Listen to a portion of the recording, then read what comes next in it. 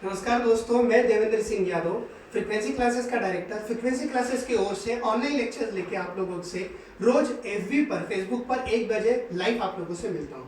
दोस्तों, इसी मुहिम में आज हमने एक और चीज़ इसमें एक एक्सपेरिमेंट करा है हमारे ऑफिशियल यूट्यूब चैनल से। अब हम आप लोगों को हम और लेक्चर्स ऑफर कर पाएंगे। तो दोस्तों, हमारा यूट्यूब चैनल का नाम है फ्रीक्वेंसी क्लासेस। आप इसको लाइक सब्सक्राइब जरूर करिएगा दोस्तों।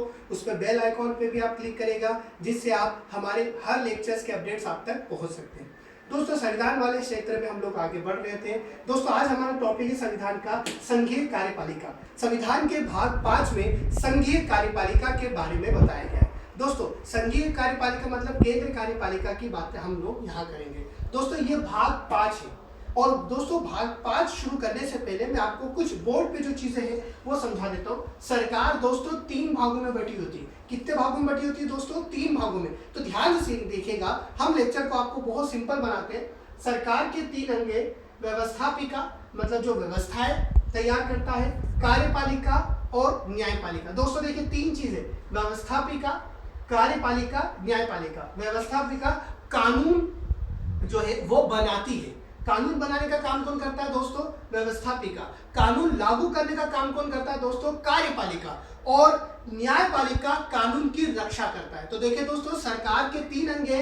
हम भाग 5 में संघीय कार्यपालिका की ओर चल रहे हैं। सरकार के 3 अंग मैंने बताया। व्यवस्थापिका जो कानून बनाती है, कार्यपालिका जो कानून को लागू करती है, और न्यायपालिका जो बने हुए कानून की रक्षा करती है। दोस्तों, उसी तरह से अगर हम संघीय प्रणाली को बहुत अच्छे से समझेंगे तो मैं बोर्ड पे मैंने बहुत शॉर्ट एंड स्वीट तरीके से ब्लॉक डायग्राम में आपको समझाया है। केंद्रीय व्यवस्थापिका मतलब आज हम इसे संसद के नाम से जानते हैं दोस्तों।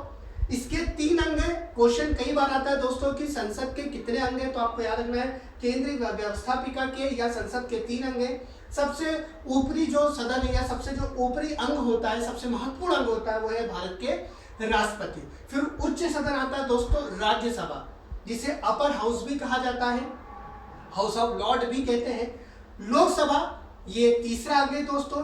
इसे निम्न सदन कहा जाता है, लोअर हाउस कहा जाता है, हाउस ऑफ पब्लिक भी कहा जाता है। तो आपको याद रखना है दोस्तों, ये 3 सदन है। ये 3 सदन है जो केंद्रीय व्यवस्थापिका के अंग भी कह सकते हैं। तो अगर सरकार के अंग कहें तो 3, हम उसमें व्यवस्थापिका ले रहे पहला, और केंद्रीय व्यवस्थापिका के भी 3 अंग है, राष्ट्रपति, राज्यसभा, लोकसभा। वैसे दोस्तों, अगर हम केंद्र की कार्यपालिका की बात करें दोस्तों, तो केंद्र की दूसरा भाग है केंद्र कार्यपालिका। मैं नंबर डाले दोस्तों ए और बी, तो देखिए ए और बी।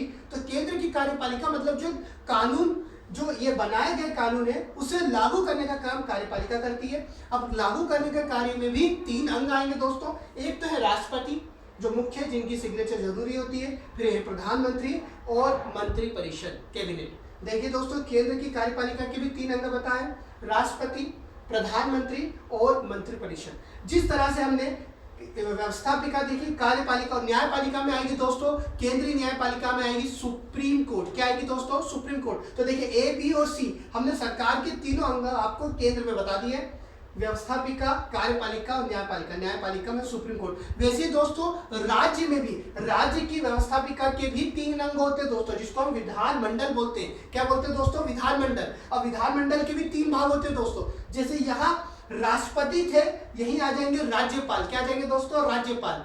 राज्य के प्रमुख मतलब राज्य की व्यवस्थापिका के विधानमंडल के प्रमुख कौन होते हैं? पहला अंग होंगे राज्यपाल, दूसरे होंगे विधान परिषद। विधान परिषद को अपर हाउस माना जाएगा। और है तीसरा दोस्तों विधानसभा, जिसे लोअर हाउस कहते हैं। जैसे मध्य प्रदेश में विधान परिषद नहीं है, कुछ ही राज्यों में विधान परिषद की सुविधा है।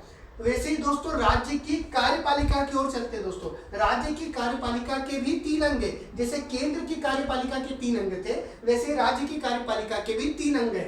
राज्यपाल प्रथम अंग है, जो शासन लागू करने में जरूरत महत्वपूर्ण अंग है। दूसरे मुख्यमंत्री और तीसरे है मंत्री परिषद। तीसरे क्या दोस्तों? मंत्री परिषद। तो दोस्तों, इसी में जब तीसरी न्यायपालिका आती है राज्य के लिए, तो वहां आ जाएगा हाई कोर्ट। क्या आ जाएगा दोस्तों? High court. एक फास्ट रिवाइज करते हैं दोस्तों। हम संघीय कार्यपालिका देख रहे हैं। अभी मैंने आपसे राष्ट्रपति डिस्कस नहीं करा है, 52 से काउंटडाउन शुरू होता है। मगर उसके पहले मैं आपको कुछ समझाना चाहता था कि सरकार के 3 अंग हैं। ये कानून बनाते हैं, कानून लागू करते हैं, कानून की रक्षा करते हैं। फिर हमने देखा केंद्रीय व्यवस्थापिका के भी 3 अंग है दोस्तों, राष्ट्रपति, Rajya Sabha, Lok Sabha, upper house, lower house. फिर हमने केंद्र की कार्यपालिका देखी दोस्तों, राष्ट्रपति, प्रधानमंत्री, मंत्रिपरिषद। फिर हमने न्यायपालिका, सुप्रीम कोर्ट को बताया। वैसे राज्य की व्यवस्थापिका में दोस्तों विधानमंडल के भी 3 अंग है, राज्यपाल, विधान परिषद, विधानसभा। और राज्य की कार्यपालिका में भी 3 अंग है दोस्तों, राज्यपाल, मुख्यमंत्री, मंत्री परिषद। तो दोस्तों ये छोटे से लेक्चर में, ये छोटे से हमारे एक शॉर्ट ट्रिक में आपको ये सारे चीजें समझ में आ जाएगी। ये हमारे एक शॉर्ट तरीका था कि हम संघीय प्रणाली आप तक कैसे पहुंचाए। तो दोस्तों मैं देवेंद्र सिंह यादव आपसे विदा चाहता हूं। इस छोटे से शॉर्ट लेक्चर का अगर आपको अच्छा लगा आप जरूर कमेंट करिए कि आपको सर जो डाउट थे हमें वो क्लियर हो गए। हमारे इस YouTube चैनल को आप जरूर लाइक करिएगा, सब्सक्राइब करिएगा और बेल आइकन पे भी क्लिक करिएगा। जय हिंद, जय भारत दोस्तों।